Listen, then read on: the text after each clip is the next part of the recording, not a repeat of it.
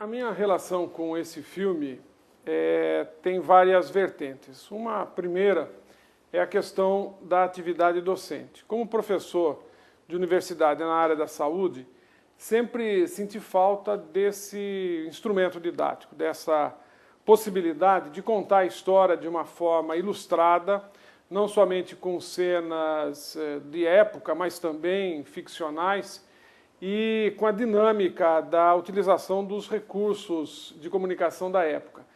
Então, quando eu assisti a primeira vez o filme, eu já estava afastado da Unesp de Rio Claro, e aí eu já tinha feito muitas classes dormirem, né, contando a história, com slides, então descobri o filme, mas o filme que estava desatualizado, e justamente estava trabalhando lá no Ministério com a gente o João Palma, que tinha sido a peça fundamental para a primeira versão do filme em 92.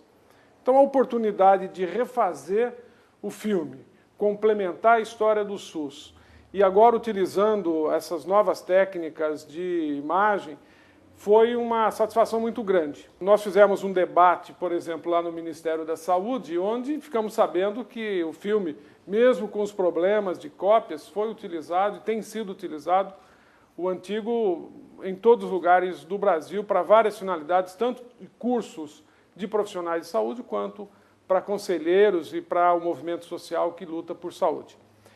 Agora, o filme ele tem uma finalidade didática clara, mas ele não é só um mero instrumento didático, né? Ele também é uma peça artística, ele é também uma obra que deve ser vista por qualquer brasileiro. Porque, na primeira metade, por exemplo, ele resgata momentos históricos do país, com cenas de arquivo, reproduz alguns momentos históricos da história da saúde, com a história do Brasil, e isso qualquer cidadão precisa conhecer, né, esse olhar sobre o período histórico. E o período mais recente, que tem menos essa carga histórica, mas tem muito vivo o que tem acontecido agora, e traz para a cena muitos autores e atores desse processo. O SUS não é obra de uma pessoa, de uma instituição, é obra coletiva, e o filme traz isso muito claramente. Isso é gratificante, né, a gente poder, hoje, estando no Ministério da Saúde, estar completando esse processo de revisão do filme e a possibilidade, inclusive, de contar a história da saúde no Brasil para a América Latina, para o mundo, né, num acerto que nós estamos fazendo com a Organização Pan-Americana de Saúde para que ele possa ser legendado, distribuído na América Latina, distribuído nos países de língua portuguesa e mesmo de língua inglesa. Então, a possibilidade de termos um filme que resgata a história da saúde pública no Brasil, para e passo com a história do Brasil, com seus aspectos econômicos, políticos e tal. Certamente o filme terá quem discorde de um ou outro, ou de vários aspectos, mas ele tem essa finalidade.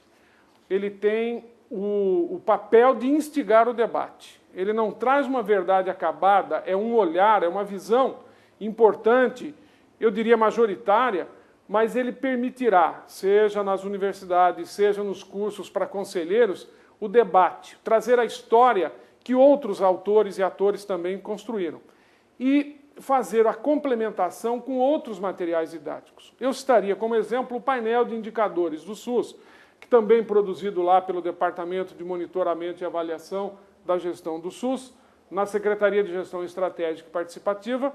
Aliás, algumas informações do painel constam do roteiro do filme, nesse período mais recente, né, na cena final, quando faz um certo balanço da saúde, o doutor Alberto utiliza textos do painel, quando fala do Pacto pela Saúde, quando fala da importância do SUS invisível, né, que é representado pela vigilância sanitária. Isso tudo está presente e eu gostaria, então, de que o painel também fosse um elemento complementar e que todas as universidades, escolas técnicas e entidades que produzem conhecimento possam também utilizar esse material didático. Como o livro sobre a construção do SUS e a reforma sanitária, recentemente lançado também pelo Ministério da Saúde, e tantos outros artigos, publicações, debates em congressos, enfim.